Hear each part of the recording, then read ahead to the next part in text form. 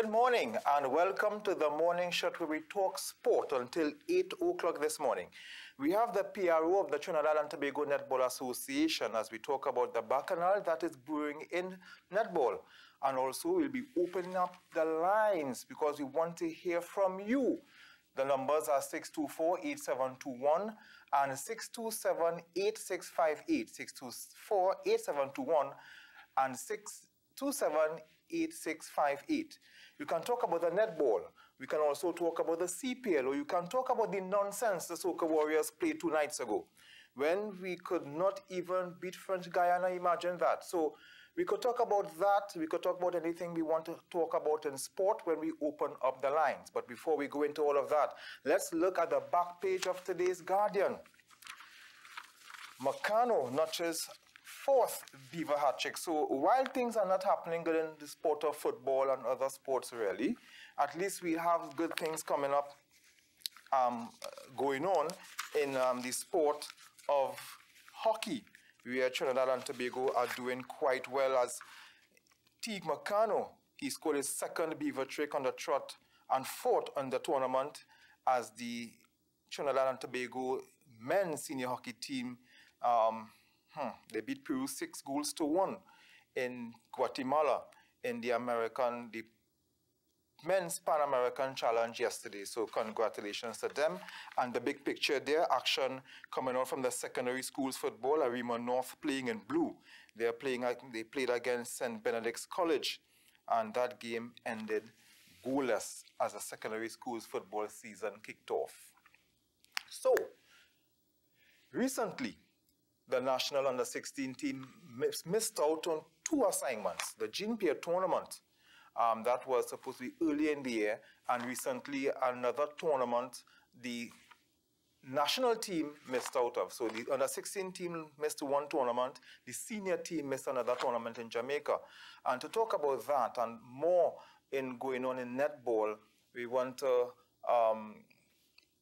bring on the show the P.R.O. of the Netball Association, Dennis Allen, who I understand has been removed from the official WhatsApp group of the association. So he'll tell us what's going on, how he got kicked out of the group, and other important things that are going on in netball. So we want to say good morning to Dennis. Good morning. Thank you for having me, man. Right, man. I wish it was under better circumstances, though. Let's talk about that. You were recently removed from the WhatsApp group. How that came about? Well, first thing, I want to make a clear distinction about what we're talking about today.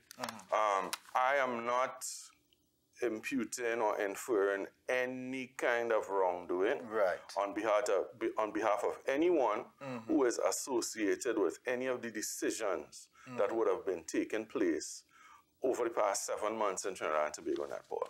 What I'm saying is that as an executive member, I have not been a part of that decision-making process, and that is not constitutional. So that's why we're here, and let's start there. Right. So the first, go ahead. Some of the things I saw on our Facebook page, there were no meetings by the executive for a while, and they were spending money that were not approved by the executive. So tell me about that. So Trinidad and Tobago netball has 2 key components in the governance structure: the executive board, which is the elected members, and then there's council made up of 2 members from each one of the associates and the leagues. So the executive runs the management side and council is oversight. The Constitution is clear about this. The president of the TTNA is not an executive president in the same way like, for instance, the TTFA. So although the president can engage a contract, she has to discuss that with the executive. That has a process, and the process is clearly outlined in the Constitution. There's a notice for meetings, there's a quorum for meetings, and there's a minimum of who has to be there. If that is not happening, then everything is ultra vires the Constitution. So if we start there, the other thing is the Constitution does not mention an official WhatsApp group. It doesn't have a chat. It doesn't have anything like that. So what that is to facilitate modern and efficient communication. Good. So removing me from that and saying nothing is the same thing. Right. But so therefore, being removed from the WhatsApp group should not disqualify you from being part of meetings. Exactly. So here's the rub, Wason. This Saturday is our normal standing meeting, council meeting. There have not been any minutes from the last one released, and there have not been an official notice of the meeting. And when you Today is Thursday morning. When you say last one, when would have been the last one? Council meeting would have been last. It's every second Saturday of the month. Right. Right. So council meetings have been taking place. Right. Executive meetings. The last one was August, and then the one prior to that would have been in January. And how often they are supposed to be? Once a month at least. But it is discretionary. It is as need because it's a management group, right? So the mere fact that the association would have run for 7 months without a board meeting, what company does that, right? And during that time, money was spent?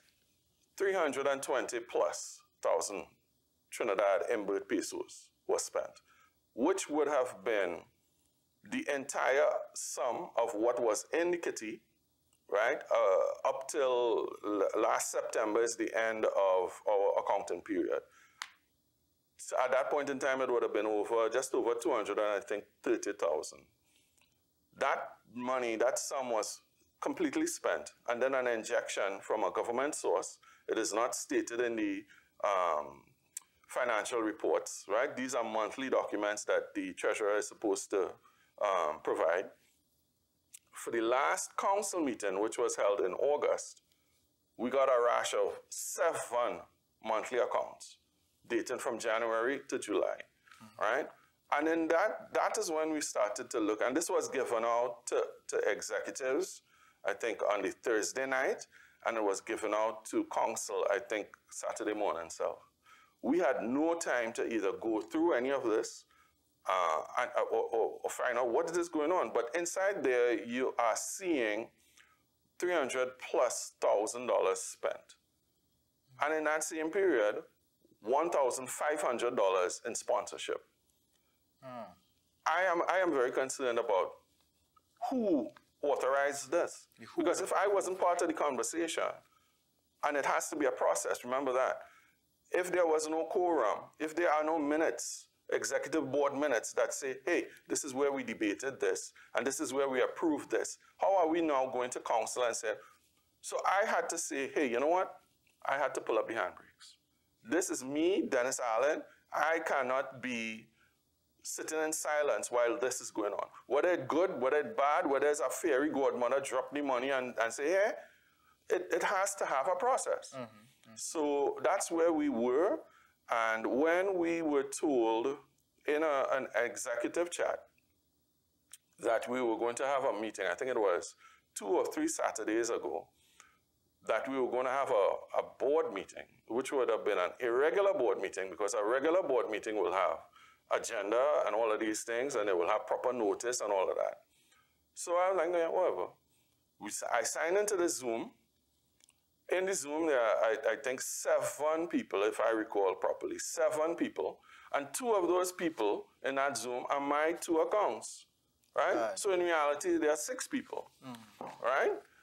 There are 10 people on the executive, so it would have been a quorum, right?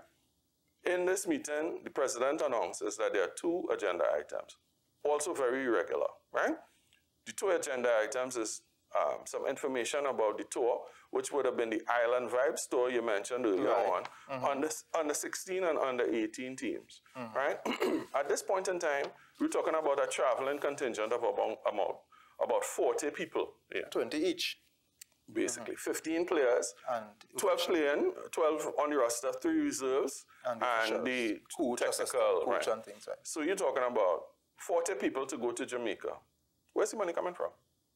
That is a question that I have a right to ask. And this would have been outside of the 300,000+. Yeah, exactly. This money would not have been documented in any of that, right?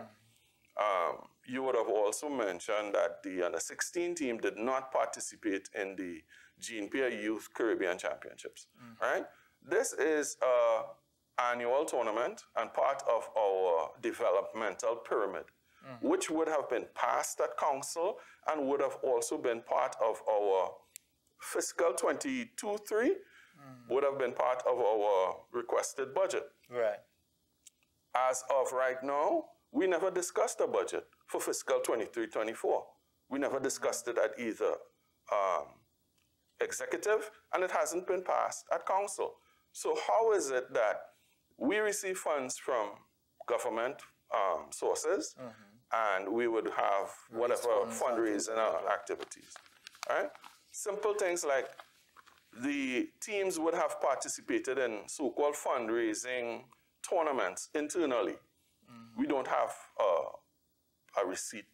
We don't have any tally, nothing at all. We don't know if they buy sweetie and give it away, nothing at all. So these are highly irregular things. I mean, as I said before, I have a right to ask. Yeah, these are questions. I am the P.R.O. As of right now, this morning, Thursday morning, I am the P.R.O. of the TTNA. That has duties and responsibilities clearly outlined in the Constitution. And there's a process. If I can't ask a question and expect a reasonable answer from the president, then who does? And talking about that tournament, the P.R.O tournament, the team didn't go. I understand how it occurred as well. The team was practicing. The girls were looking forward to going to, I think it was St. Lucia. St. Lucia. They were looking forward to going to St. Lucia, practicing daily, and bam, they can't go. Right. So there's the other thing. Who made the decision to withdraw?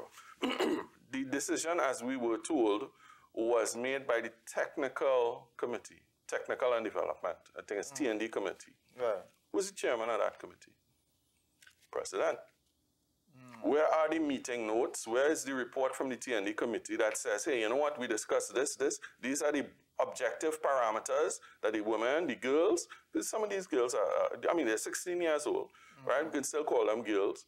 But where is the report? What are we making these decisions on? Is it somebody's... Did women fancy? I don't know. And my speculation is warranted in the fact that I should know. I am not part of the committee, so I would not have been part of their deliberations, but I should have been party to, and I should have gotten at least a glimpse of the determinations. As an Where are they? Member. Where are they? Right? This was presented, you know, in a bag to council as a fait accompli. I mean, if you're telling us, and this is like, you have a question in Parliament, and you stand up and say, well, we decided that was that. It doesn't work like that. No, it doesn't. You have to have a measure of accountability. Exactly, and it's called documentation. So if the documentation does not exist, why are we supposed to give you the benefit of the doubt that those deliberations occurred? If you don't have the documentation, the baseline assumption is that you didn't discuss it. And these things were not discussed in the last meeting in August? No. These were discussed before in a council meeting. I can't remember the exact date, but earlier on. Within a timely manner. But here's the other part.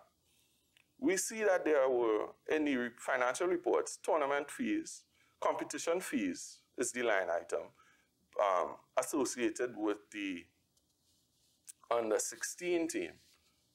And I have a simple question. If we did not participate, are those tournament fees going to be refunded? And if we can't answer that question, I mean, if I ask you a question, you bring me on a show and you say, all right, and I stand up here and I tell you, I'm not answering that question. I'm not answering that question. All right? Call the president this morning. She's up very early. I can tell you that. Right? Call her and ask her, hey, is Ms. Blackburn, this is here on my show. He's asking some very straightforward questions, nothing out of the way. It's not calculus, it's not physics. We're not sending a shuttle to the moon, right? Yeah. But we just only scratched the surface, but my